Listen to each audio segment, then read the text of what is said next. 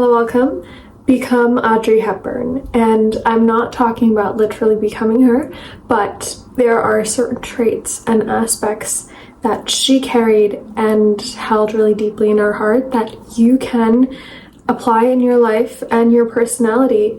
And one thing I do want to say is with this entire series that I'm creating, which I'm going to talk about these iconic women, you can choose to be and become anyone you want. Whoever you have been, whoever you are right now, is all subject to change. It's not set in stone. This type of person that you are right now is who you don't want to be. You don't like being this type of person. You can change it just by changing your beliefs. And you change your beliefs through your experiences. So when you create experiences for yourself, you can morph into any person that you want to be.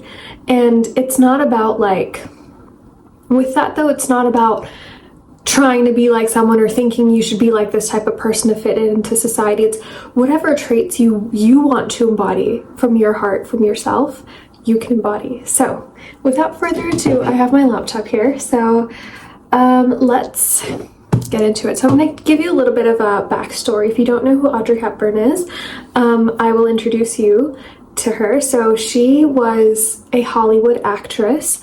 And she also left Hollywood and did so many philanthropic works in so many countries. She went to developing countries. She worked with kids, elderly people. And something that she did say, there's a quote, and she says that we're given two hands. One is to serve ourselves and the other is to serve others. And that's exactly what she did. And I mean, I'm obsessed with her, if you can't tell.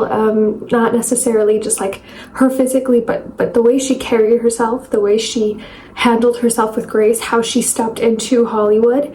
So essentially she was born in Holland, and this was during World War II. And so her father was a Nazi enthusiast and he left the family, and her mother wasn't really involved, and she was a pretty bitter woman, apparently, it's according to my sources. And so Audrey grew up fighting. She fought for survival, and she didn't have everything handed to her, right? But she wasn't a victim because of her circumstances, and she wasn't a victim of her environment. She fought and she built herself up literally brick by brick. I think what I truly deeply admire about her is how timeless and how elegant she was. She held herself with so much poise and so much grace, and you could tell it's not just like showing off, it's not just putting up a front. She truly held herself in that way. And I think women who hold themselves up in this way, they're women who truly deeply love and trust themselves, and they have a strong sense of self that they've built and created for themselves. It's not to show off, it's not to appear a certain type of way, it's who they are because they love themselves. During the time, Hollywood was all about glitz and glam and glamour, and she kind of came in with this poised, soft type of person, and she came in just being herself and being kind of someone who just carried just a lot of grace and a lot of elegance and the way she carried herself. So I think all in all, it's all about just being authentic, and what authenticity means is different for every single person. And it just means like, what traits do you want to embody? What traits do you like about yourself or that you want to build? So for me, it's how can I be kinder? How can I learn more about myself? How can I follow my goals and my dreams? How can I carry myself with grace? I love timeless chic fashion. I love feminine things, but at the same time I like going hard about things like business and these other type of ventures. So it's all about just investing in yourself and building things for yourself. Like, you're doing it for you because you love yourself so much and you value yourself so much, right? And so the way she carried herself, the way she held herself, she didn't follow any trends. She didn't do anything that wasn't herself, and she was so incredibly herself, which makes her so magnetic and so iconic, I would say. Another thing is she kind of showed how being soft, being kind, having these emotions, being emotional in a way, it's not weakness. You know, it's not, you don't have to, as a woman, even though we live in a very patriarchal world, you don't have to be constantly, you know, hyper masculine, constantly super loud, super outspoken, to be respected, you know, and to be heard and to be seen. You can be seen being whoever you want, whatever feels comfortable to you.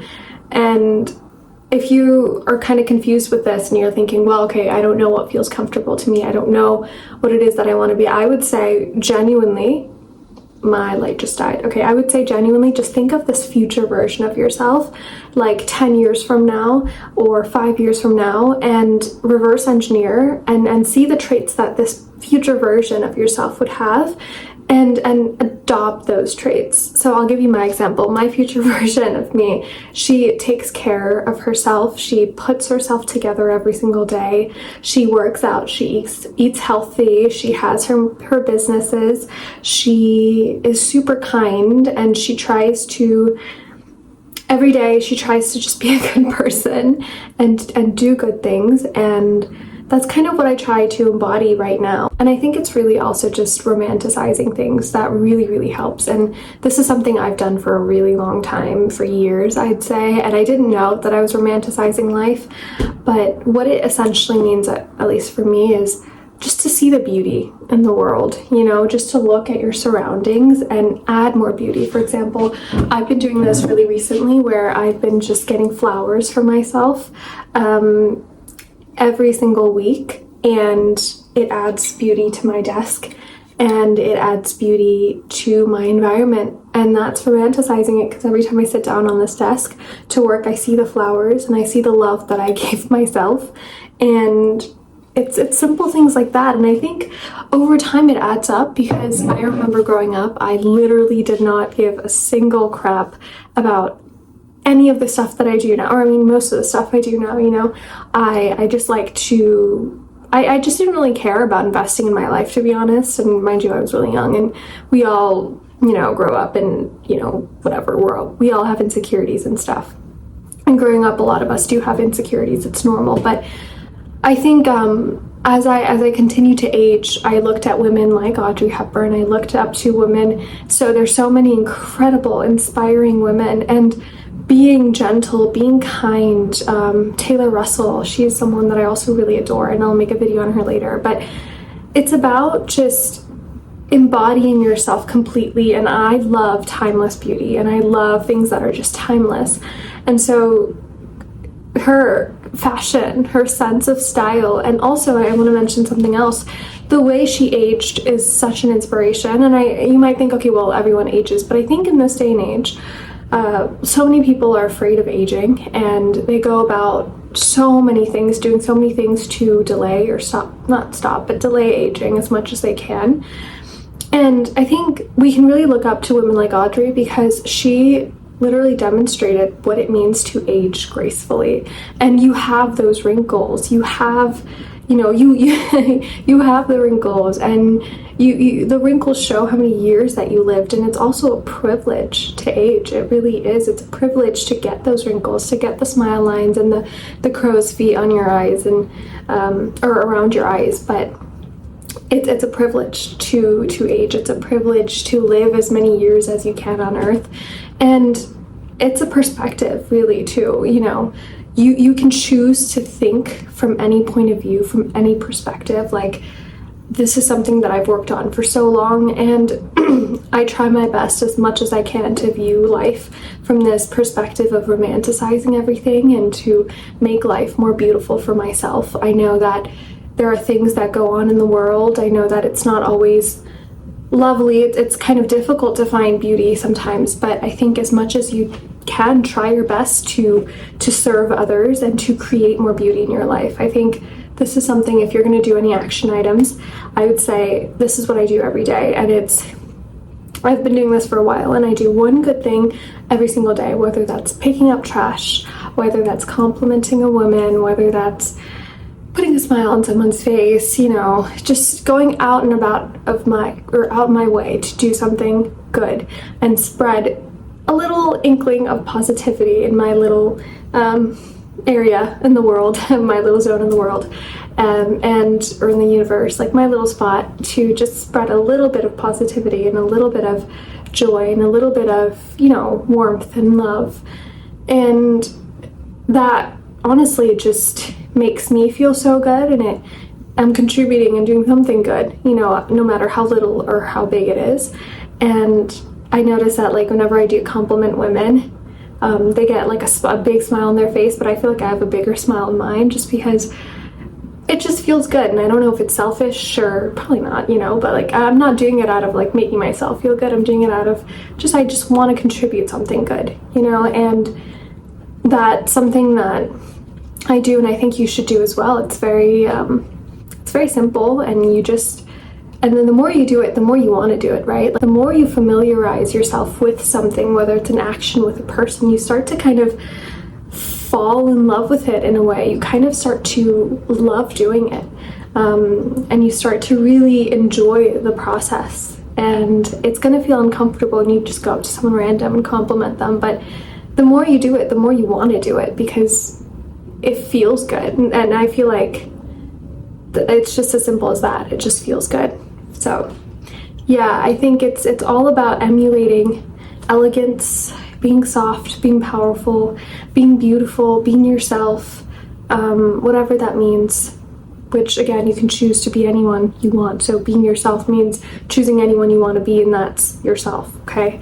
I just want to reiterate that. It's such an important point, because I think you never really are aware of the fact that you can change your life by changing your beliefs, by choosing any belief that you want to have, by creating random experiences for yourself. Like for me, I didn't really care about my physical appearance as much, and I really like to groom myself now as much as I can on a daily basis, because I'm investing in myself and my beauty and my appearance. And then you just kind of like grow into this different type of person once you take on these different actions, and you just change and you evolve, and you see the world through a different lens. And we all have our own like glasses or lens with the way we view the world, and you can put on any glasses you want. And the thing is, like, everyone has a filter the way they view the world. And something else that I think is really important to remember is, like, there are two things in your life that you are in control of, and those are your actions and your thoughts, right? So your thoughts create your beliefs, right? That's it. That's all the power that you have. So I think also another thing is, like, no matter what happens in the world, if you can just remember that, and remember you can carry yourself with grace and poise, you can carry yourself with softness, with elegance, you can carry yourself in these ways, and you should, to feel better and to romanticize your life, because we die once, right? And so I know that's kind of dark, but genuinely I think that's something that changed my perspective, is the fact that I'm going to die, and we all are. So honestly, at the end of the day, might as well do what you want to do and make you feel good and happy, right? So yeah, I don't know if I spent too much time talking about her, but you can do your own research and discover for yourself what Audrey means to you, and what type of, like, what aura, what energy, what elegance, she carries. What does that mean for you? And yeah, that's all I have for this one. Thank you so much for watching. Bye. Love you.